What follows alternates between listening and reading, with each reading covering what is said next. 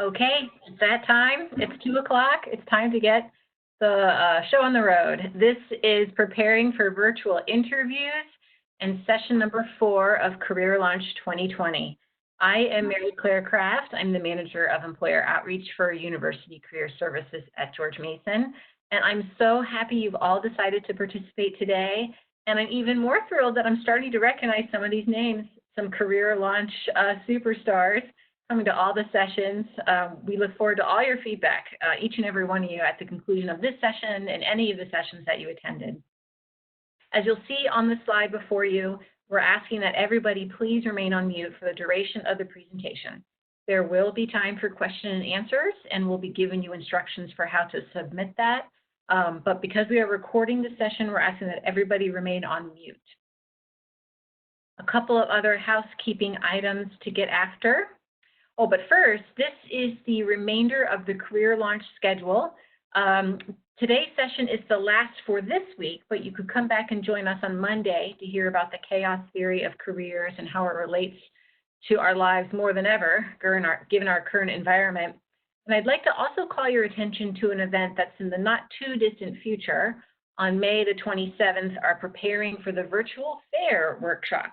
We are going to have a career fair.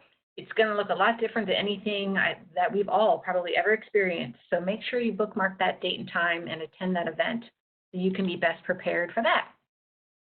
Now, I am going to put this phone number in the chat field because certainly it's the people that can't hear us that need this information the most. But if you should encounter any audio trouble during this presentation, here would be a backup option for how to connect. I'd also like you to be aware that you may be contacted by either myself or my colleague, Christine Michaels, to verify any names on our attendee list. And that, rest assured, is just for our own internal record keeping and helping us keep attendance for the series, and we appreciate your cooperation with that. Lastly, and I say this with a smile on my face, any technical questions, please feel free to send them to me, Mary Claire Kraft, in the chat box. I'm going to show you where that is on the next slide. I will do everything in my power to help you navigate any tech challenges you're having. I've seen a lot, but I can't promise 100% effectiveness. I'll try my best. So the all-important chat box, the thing that everybody needs to know is that in the chat box, everything needs to be directed to all participants if you want your question to be answered. So don't send the questions to just the host. Don't send questions to just the presenter. Make sure you're selecting to all participants. On this screen, you see the chat box. Here's how it looks. Here's where you can see how the to field has all participants selected. This is how you want it to look. If something happens and you accidentally minimize your chat box, no problem. This little blue circle icon at the bottom of your screen, you hit that and that'll turn your chat box back on. Lastly, there may be a time during the presentation where the presenter asks for people to raise their hand as sort of a poll-taking measure. You can see on the bottom of this slide where the hand-raising icon is. It's rather small, but you can see it down there, a little tiny hand in a circle. You hit that button to raise your hand. Once the presenter comments on how many people have participated, please click that button one more time so your hand comes down. That's all my housekeeping for today. Before we get started, I want to thank Laura Winkler, our presenter, for giving us her time and her expertise. I want to thank all of you for attending. And with that, we're going to go ahead and shift the presentation over to Laura, and she will start teaching us all about how to ace our upcoming virtual interviews. Laura? Thank you so much, Mary Claire. That was a great intro, so informative. I'm going to go ahead and share my slides, okay? It'll take me a minute to do that.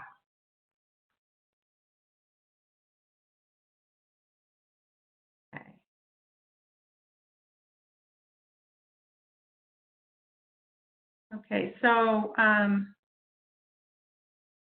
it looks like, let me see. Try again, Laura. I had missed a step. Okay.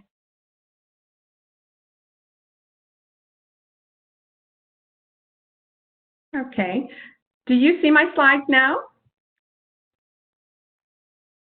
Yes, we do. So you see that I'm going to the first one, right? Perfect, yes. Perfect. Okay. I'm going to go ahead and get started.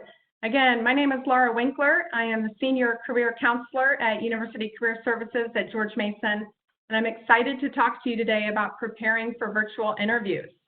Let's go ahead and get started. So after today's presentation, you will be able to learn how to prepare for virtual interviews, both phone and video interviews.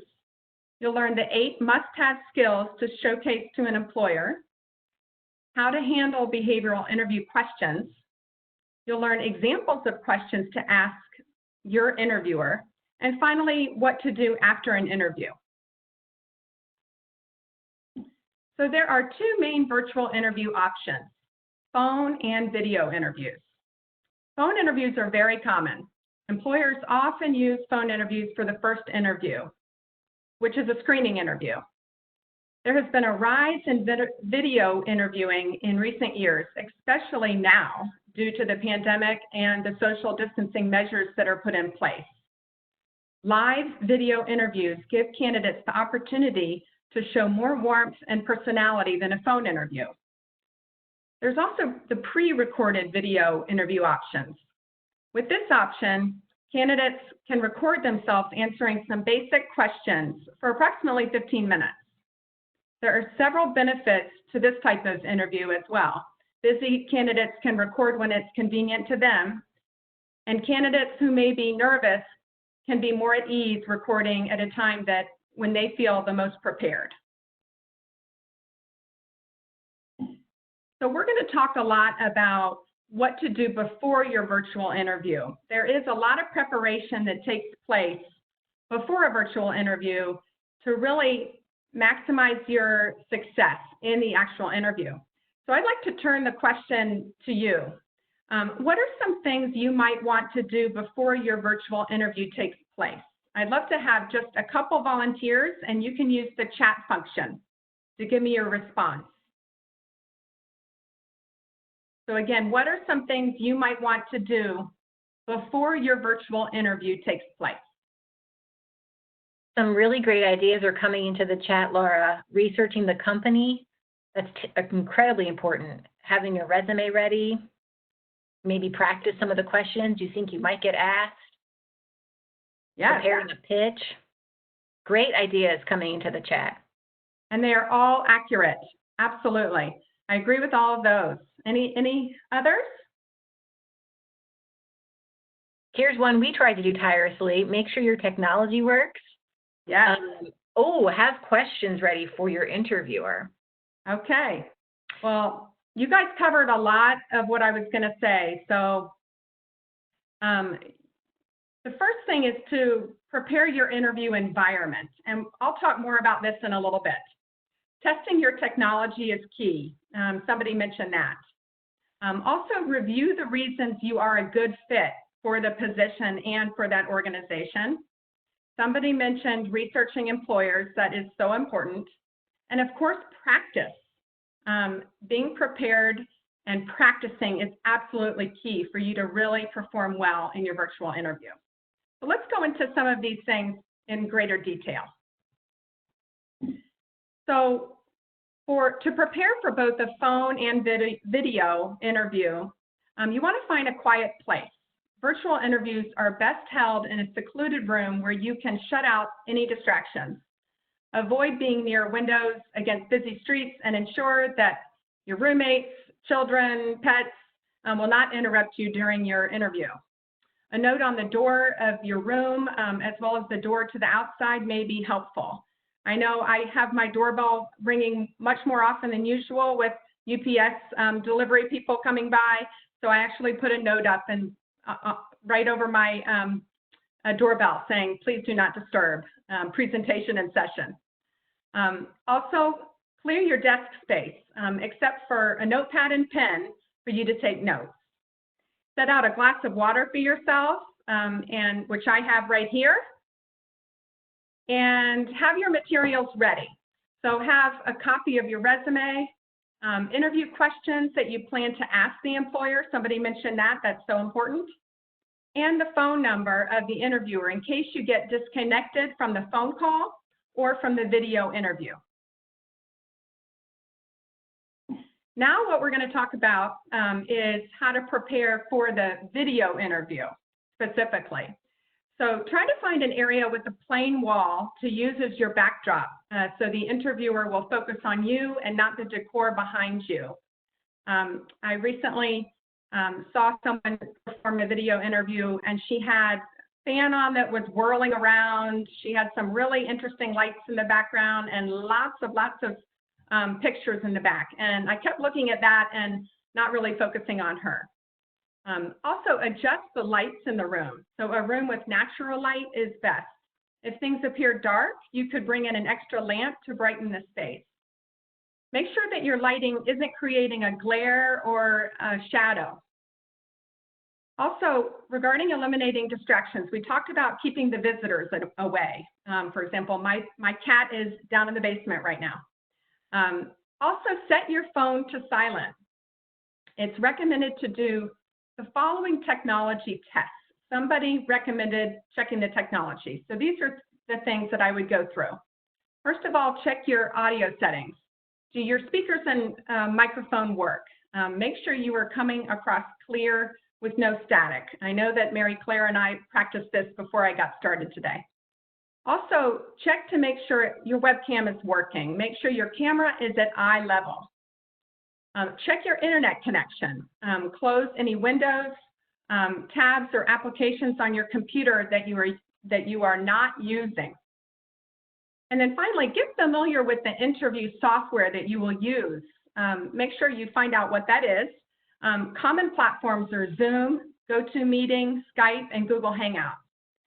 If you're not familiar with these tools, consider signing up for a free trial and watch tutorial videos to familiarize with the tool. I know I had to do that before I used Zoom recently, and it was pretty easy to catch on to. So something that is often left out that I can't stress enough is practicing, practicing your interview. We have some great opportunities and resources for you to practice your virtual interview. Interview Stream is a tool that George Mason has. It's an online practice interviewing tool that allows you to practice with your webcam with a pre-made interview, or you can customize your own set of interview questions. So you can access Interview Stream on the Career Resources page. You'll see the link right there. It's also recommended to practice with interview questions, sample interview questions. Somebody mentioned that earlier. That is so important as well. So you can see great examples of interview questions in the Career Readiness Guide, and that can be found on this same Career Resources page. Check out that link. And we also have opportunities to practice interviewing virtually with an industry advisor or a career counselor.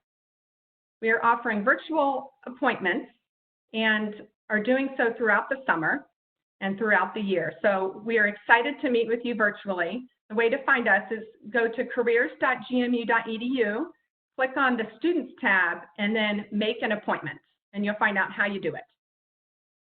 So this practice can make all the difference in your interviews. Your confidence will grow as you become more comfortable in front of the camera. So I've covered a lot about preparing for virtual interviews in particular, and just wanted to do a brief check-in to see if we have any questions so far. Remember to go ahead and put questions in the chat field. And something that I should have mentioned earlier, please feel free to type in questions as they come to you. Myself, I am taking a look at all the questions as they come in, and we'll be reading them to Laura as they arise. So we'll just pause for one more second. There's nothing there yet, Laura, but we'll see if anybody, is frantically typing. It's okay, I'm patient. I think we're okay to proceed. Okay, so wanted to let you guys know that there's another opportunity at the end of the presentation to ask your questions. So feel free to put them in the chat box whenever they come to you throughout the presentation, and we will address them at the end. We won't lose sight of those. Okay, so again, preparation is key. So I'm going to talk about a few other things that you need to do to prepare for your interview. These tips that I'm getting ready to discuss are important for virtual interviews, but actually for any interview. Somebody mentioned, some wise person said, research the employer, and that is so key. One of the most common complaints from employers about students is that they don't do enough research on their organization before the interview. So research the company's website, of course, and check out the About Us section and see what types of information that they have there regarding their mission, their values, products, services, clients. That's a great way to learn that basic information about what the company does. Glassdoor is also a great resource that allows you to learn about corporate culture, sample interview questions, and salary information. And then LinkedIn is a great resource where you can follow companies that you might be interested in and learn about what they're doing. They often post articles about what they're up to, and it's a great way to learn about their latest developments. Another key thing to do before your interview is to review the reasons you are a good fit. So you applied because you feel like you're a good fit and you meet most of those qualifications.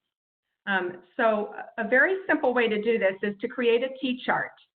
And it will highlight what information the employer is looking for and how you meet those qualifications.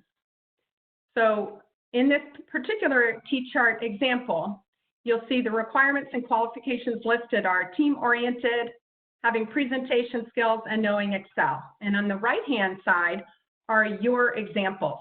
So these are examples where you've demonstrated these key skills that employers are looking for, both inside and outside of the classroom. So certainly your experience at Mason or in the classroom that if you're from a transfer institution, that institution, the previous institution is fine. So inside the classroom as well as outside, whether it was on campus, being involved in a campus activity, or certainly out in the world of work. Something that's really important to think about is the 8 must-have skills that employers are looking for. So you want to be thinking about how you've demonstrated these 8 must-have skills that employers are seeking across industries. So let's look at these a little more closely.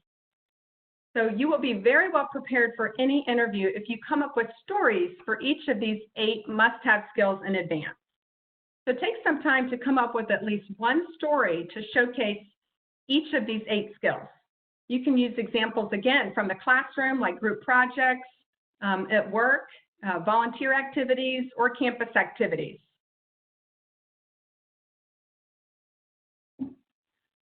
So what's important also to be aware of is that employers often assess these skills through what are called behavioral interview questions.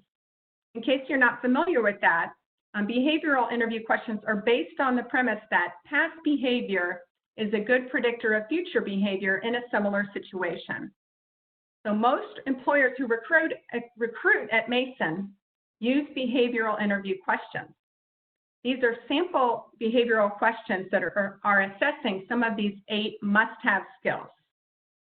So I'm going to go through them briefly and indicate what kind of skill the employers are assessing with this type of question. And these are pretty common behavioral interview questions. So the first is, describe a time when you anticipated a problem and came up with options to solve it.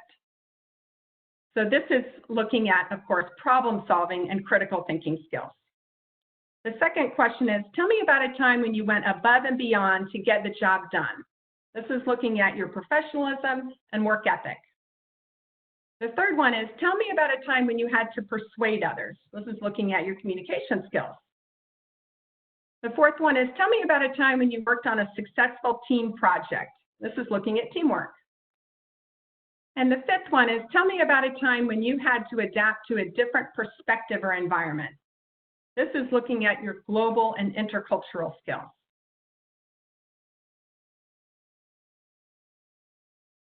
So what we're going to go through now is knowing how to answer behavioral interview questions, because like I said before, it's a very common way for employers to assess your skills.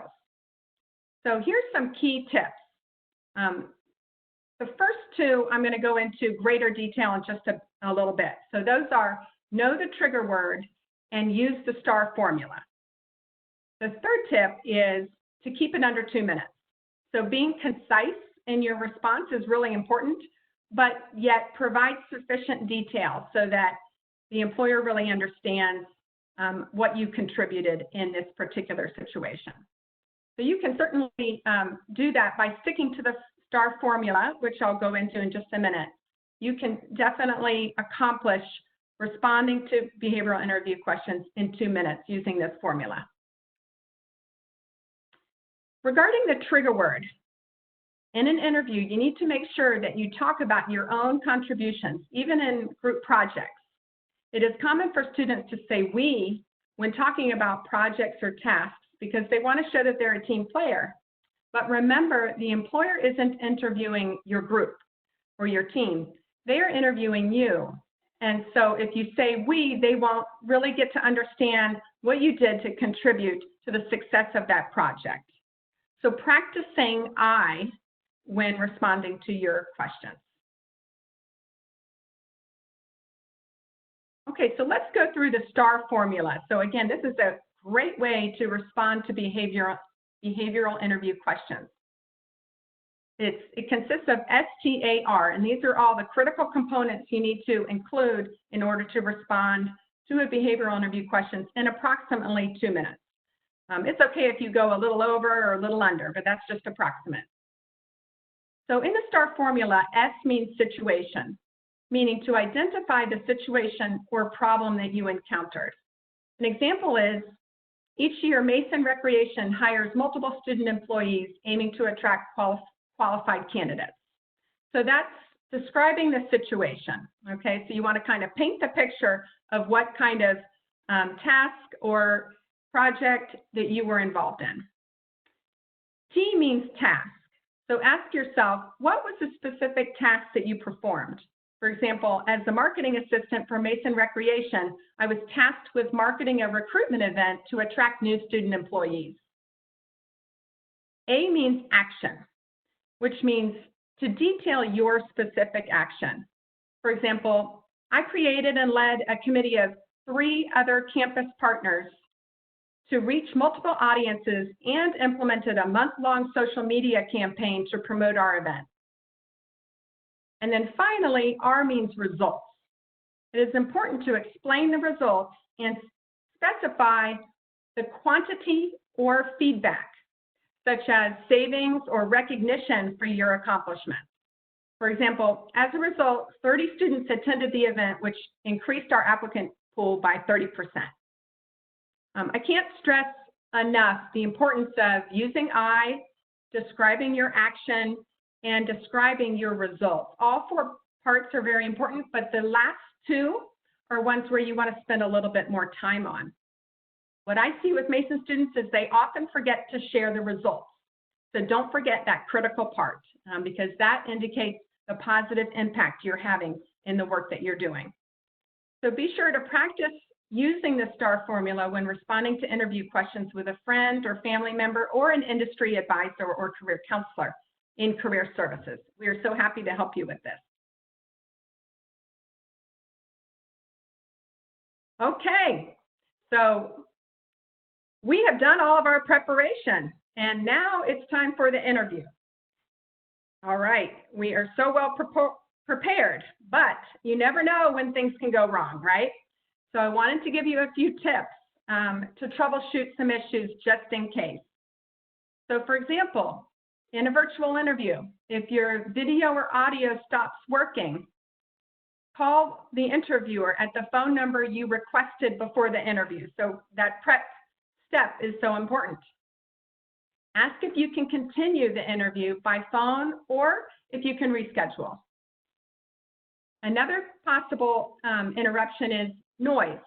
So I'm lucky that I haven't heard any sirens or I haven't heard the leaf blower so far. But if this happens and it's really interfering with the conversation, apologize for the interruption and ask for a few moments until the noise has subsided. You can mute the microphone if this noise is severe.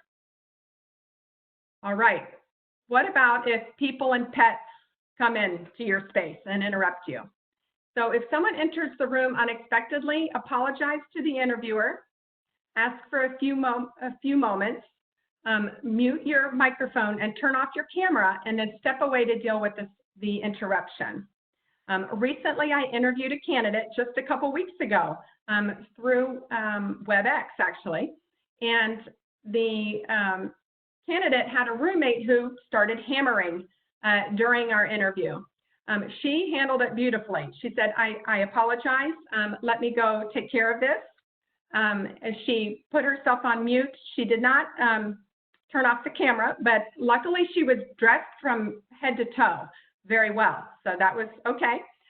She went and handled the situation, left the room. She came back a few minutes later and it was perfectly silent. So she handled the situation very smoothly and came right back to us. By the way, I offered her the job.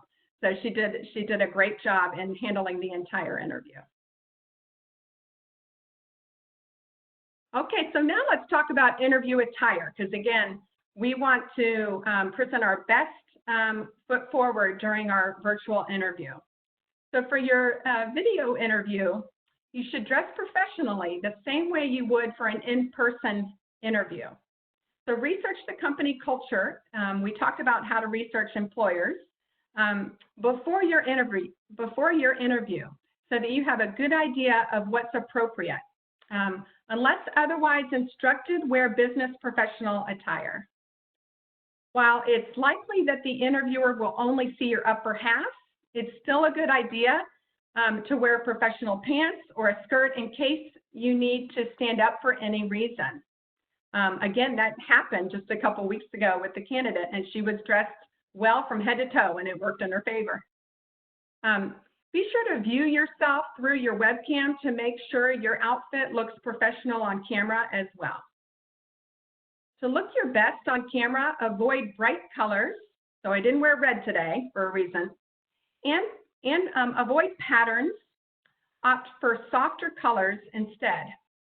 If you are wearing a tie, wear a solid color rather than a patterned one. If you wear glasses, adjust the lighting in the room to reduce the glare from the lenses.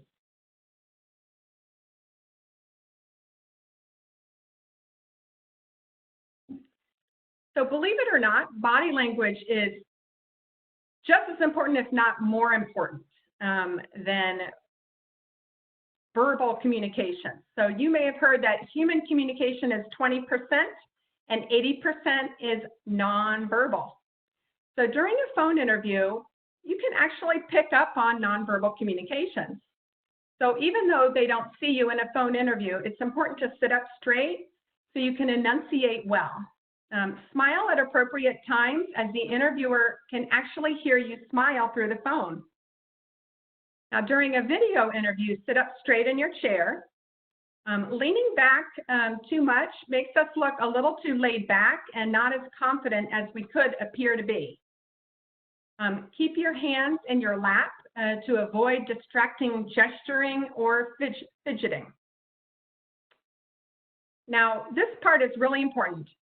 Make sure that you make eye contact with your interviewer. So look into the camera, as I am now, when you're speaking. This will give your interviewer the sense that you're engaged. Now, when you're listening and the other person is speaking, you can look at the screen and look at their screen where they are talking. When listening, nod and smile at appropriate times to show that you're engaged. Throughout the interview, keep your mood upbeat. And finally, be sure to smile. A lot of people go into these video interviews feeling a little tense, and so they may forget to smile. So don't forget that part. Toward the end of your interview, it's important to be prepared with questions. So somebody mentioned that at the start of this workshop, and I so appreciated that. I would love to get your feedback on why you think it's important to ask questions. I'd love to get a couple volunteers. You guys were so on the point with my last question. I want to ask this question as well. So why do you think it's important to ask questions and be prepared with those at the end of an interview?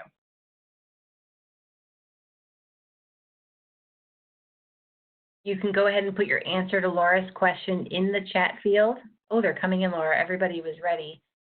It shows that you're engaged. It shows you're actually interested in the company and working for them. Lots of comments demonstrating the level of interest is overwhelmingly what everybody is answering. Okay, that's exactly right.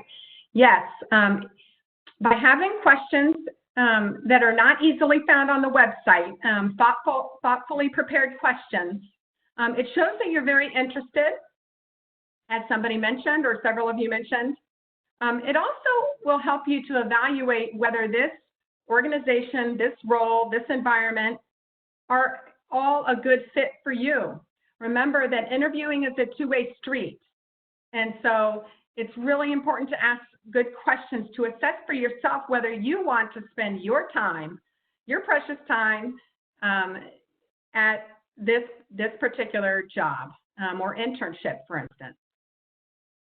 So I'm so glad that you value that. And so I'm going to go through some examples of questions that are best geared towards certain people and at certain times in the interview. So think about questions and how they might vary based on who you were talking with. So for the recruiter, which would be maybe the screening interview, that would be the first person that you would be interviewed with in many cases. So a good question for that for the recruiter might be, what do people most enjoy about working here? Regarding the first round interview or the screening interview, another question is, what is a typical day and who would I be working with most closely? Now with the hiring manager, which could be the second interview, it really depends on how many interviews the company has and whether they have an HR department and all of this.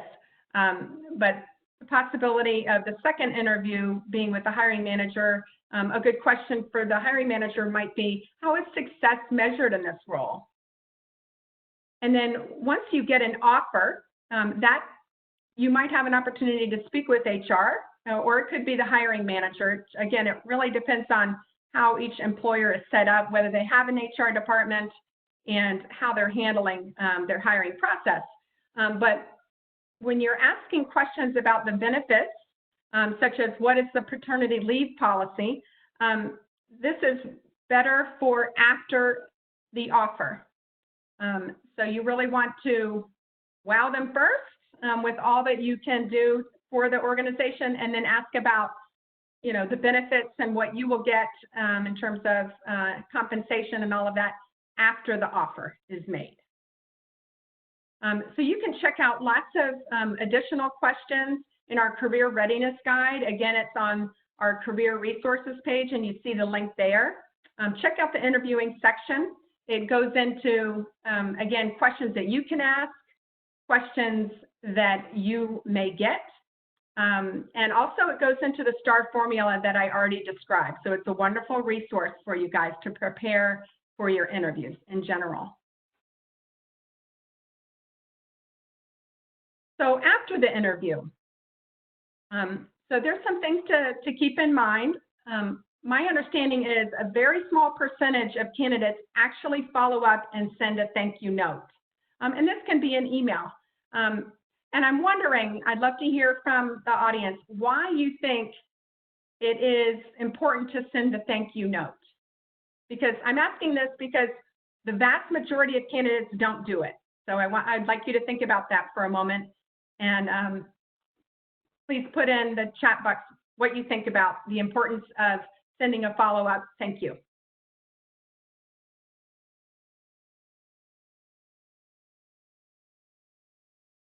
We'll give it a moment. Oh, here they come.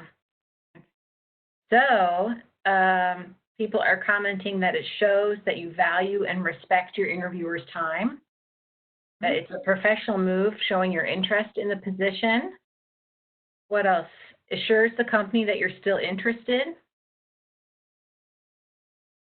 and establishes a relationship beyond the one that existed only in the interview. These are great. Wow, Laura, we're getting a ton of comments. It demonstrates that you have a level of politeness and a sense of manners and formality to you. In addition, others have commented it makes you more personable and stand out. Absolutely. All of those reasons are absolutely true. Absolutely true. So it's important to follow up for those reasons. You couldn't have said it any better. And no later than 48 hours. Again, an email is fine. You could send a note, but if you're going to handwrite a note, make sure your writing is very legible. Make sure during the interview to write down the interviewer's name and ask for the spelling if you don't have it in advance, so that you're really prepared to send that, that email or that card and spell their name correctly. In your follow-up email, not only thank them for their time, but also highlight a specific moment from your interview that stood out. So for example, I'm really interested in working for such a wonderful organization. I was particularly impressed by the quality of the management training program that you spoke about. So it doesn't sound like a blanket thank you note, but rather you customize it to the interview and to the interviewer to really show what you appreciated about what you learned. And it could just be one sentence like the one I read just now. If after the interview you are no longer interested in the position, it's a good idea to request to be removed from further consideration. However, if you really want to work for this organization and you get offered another position first, it's a great idea to check in for a status update by inquiring what the status is of their hiring process, and find out about your candidacy, as they might be able to expedite their hiring process if they know that they might lose you to another offer with another organization. And finally, once you accept a job, you know, you're committed. You want to stick to that. And so it's okay to ask for a little time to think about it, such as up to a week. You want to ask for permission.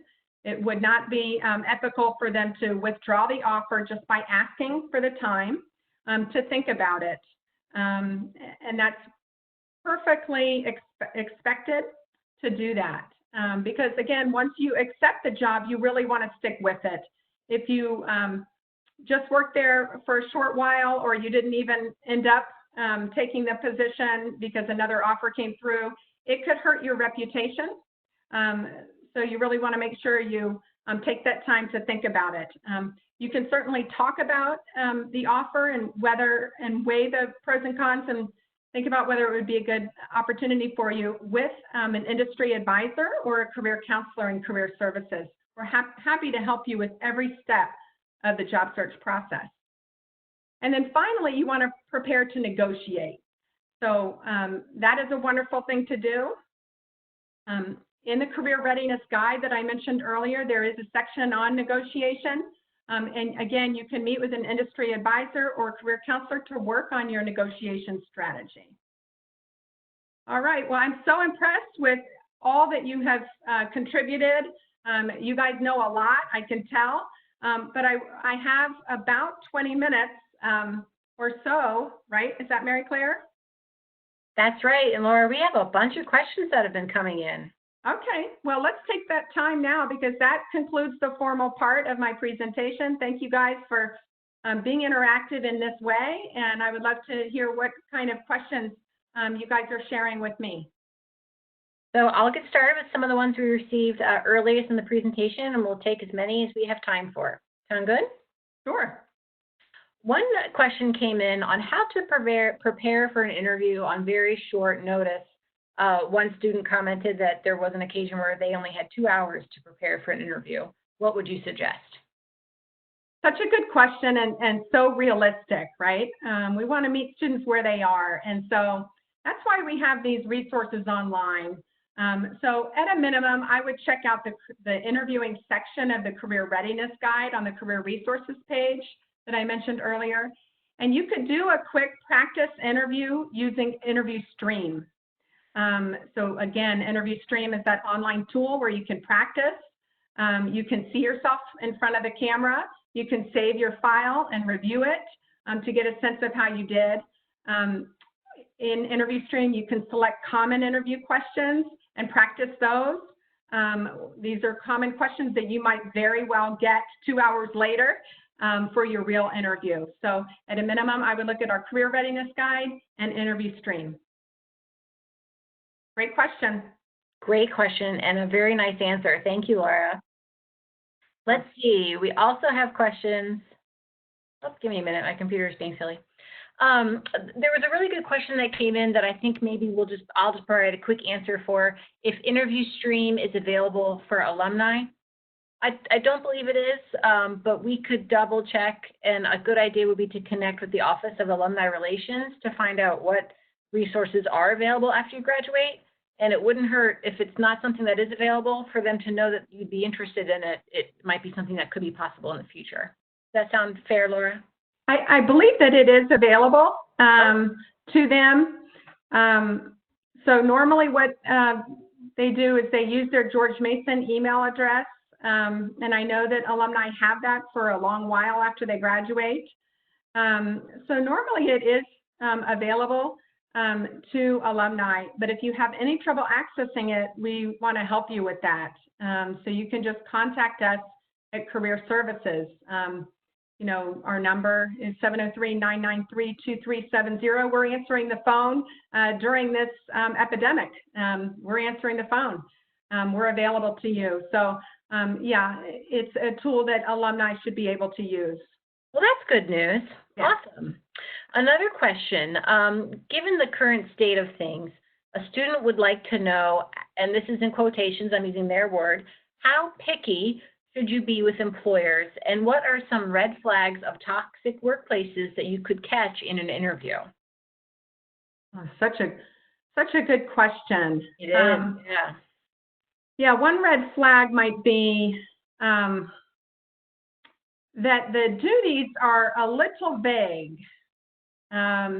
So I've heard, for example, George Mason students going for, let's say, a marketing position, and it turns out that it's door-to-door sales. I'm not saying that happens very much, but it's happened on occasion.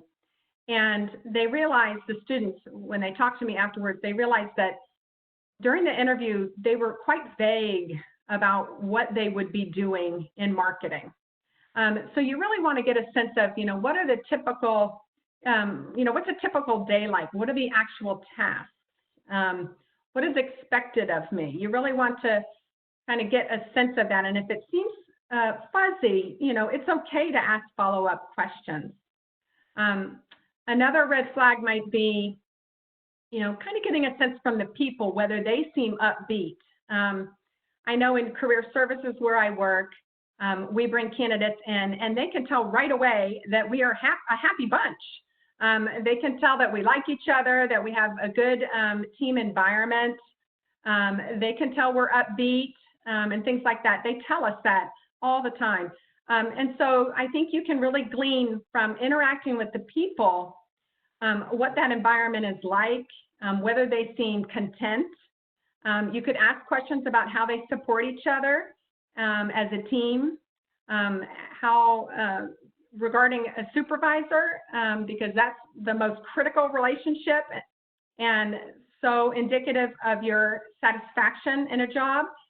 You know, ask your supervisor what their supervisory style is. Get a sense of how they supervise their supervisees, what their style is, what does that look like? And that might give you a sense of whether that style would match your particular needs in a supervisor.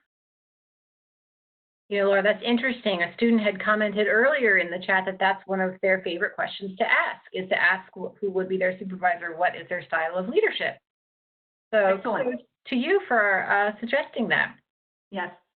Another question, I like this one a lot because of the specificity. In regards to sending a thank you note, is there a period of time in which you should wait? For example, should you send the thank you note the second you leave the office? Or should you wait an hour? Is there an answer to that question, Laura? That's a very good question. I haven't heard that you should wait necessarily, but you don't want to rush getting it off and not put the thought into it that you would if you spent a little more time with it. I talked to you about how I interviewed a candidate just a couple weeks ago. She's the one who had to deal with the hammering noise. She sent one right away, and it was fine. It didn't go into much detail. It was fine. It was to the point, but I appreciated it nonetheless. But if you want to put a little more thought into it, it's okay for you to take a little time. Again, I would try to do it within, 1 to 2 days, and that would include, over the weekend. So 48 hours, no more than that, if possible. If it takes a little bit longer and you didn't quite get to it, I would still send that thank you note. Perfectly within the 48 hours, send it anyway, because it can make a difference because of the reasons that you all mentioned earlier. Absolutely. And an important follow-up, are most thank you notes done via email now? Yes, they are. And, right now during this pandemic, it makes perfect sense, doesn't it? Because we don't know if they are going into the office or not. Right. So I think an email is a safe way to go. And yeah, so I would go that way certainly now. So we had a couple of questions come through, all related to accepting and declining an offer. So I'm going to try to put as many of those in a group as I can. How long should you take to accept or decline an offer if you're waiting for the results of another interview? Yeah, so you want to ask the employer for time. And so I think what's pretty expected or normal might be a week. Again, this really depends on the job market and how competitive things are. I would say right now, in this climate, I probably wouldn't push it much beyond a week. So I think that is pretty an average time frame. Again, you would ask and see what their reaction is. They might want it in a shorter time frame, but I think a week is a pretty standard amount of time. I have seen candidates ask for longer than a week, but I wouldn't push it beyond 2 weeks because then they might really feel put off. So I think a week is a safer bet. That makes sense. And if you're in a position to need to decline a position, what's the etiquette there? Do you need to provide a reason, or how should one handle that? That's a great question too. You don't have to, but you could give a very brief explanation just as a courtesy. Like that you found another position that's a better fit for you, or something like that. You could keep it very brief, and of course express your gratitude for the offer and for their taking the time to meet with you, to interview you. And that way you won't burn any bridges. You'll leave things on a positive note because you never know when you might interface with that person again in your career. So that's a smart way to go. Absolutely, that's for sure. Let's see here. If the compensation, these are getting a little more interview specific and a little less virtual, but it's a good question nonetheless. If the compensation is not yet known during the interview, how do you approach asking about salary? When is it a good time? That's a great question. So it is best to wait for the employer to mention salary first. So certainly before an offer, I wouldn't mention salary at all, because what you're trying to do before the offer is show your value. You want to show your interest in the organization and the environment and what they do. You want to show how you have the skills that they're looking for and what you can contribute based on your skills and experience. That should be the focus, during your interview up until the offer. Once the offer is made, it would be rare for them not to mention what the salary is. So really, you want to wait for them to share what the salary is. If they ask you, what are your salary requirements? which does happen, I realize, you could try to put off that conversation because you don't want to become pigeonholed to a particular figure.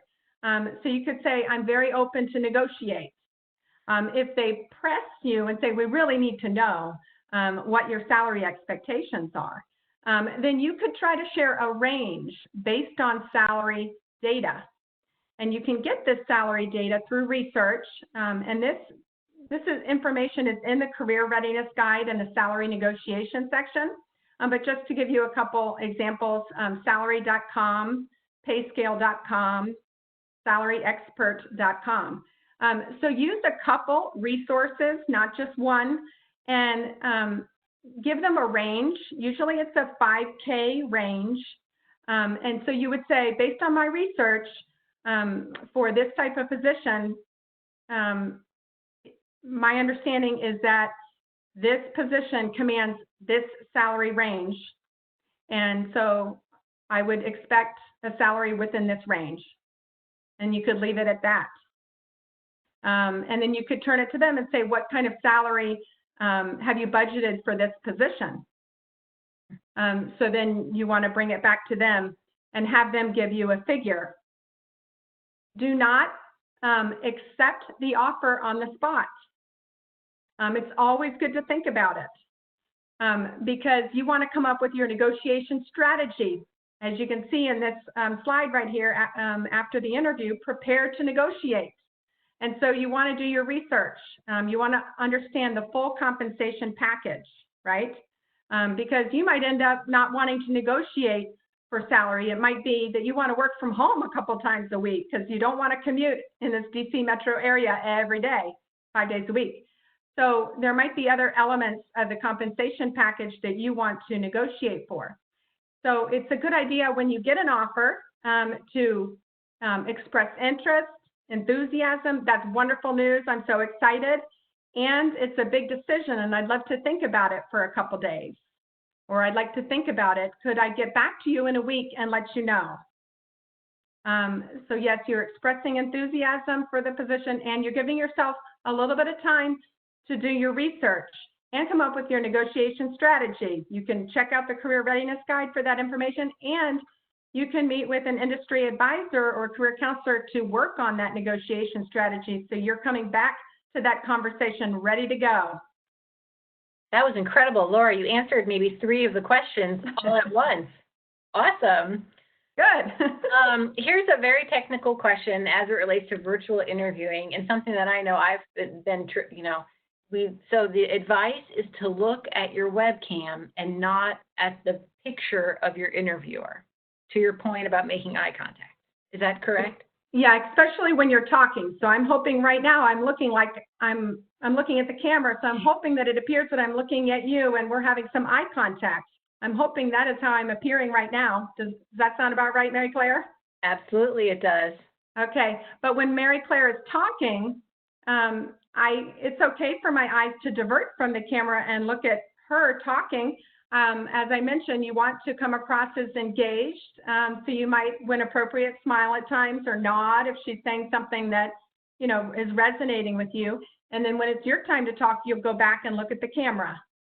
Got it. So it's training yourself to look at the camera. That sometimes can be the hardest part, but that's where you should look. You got it. Okay.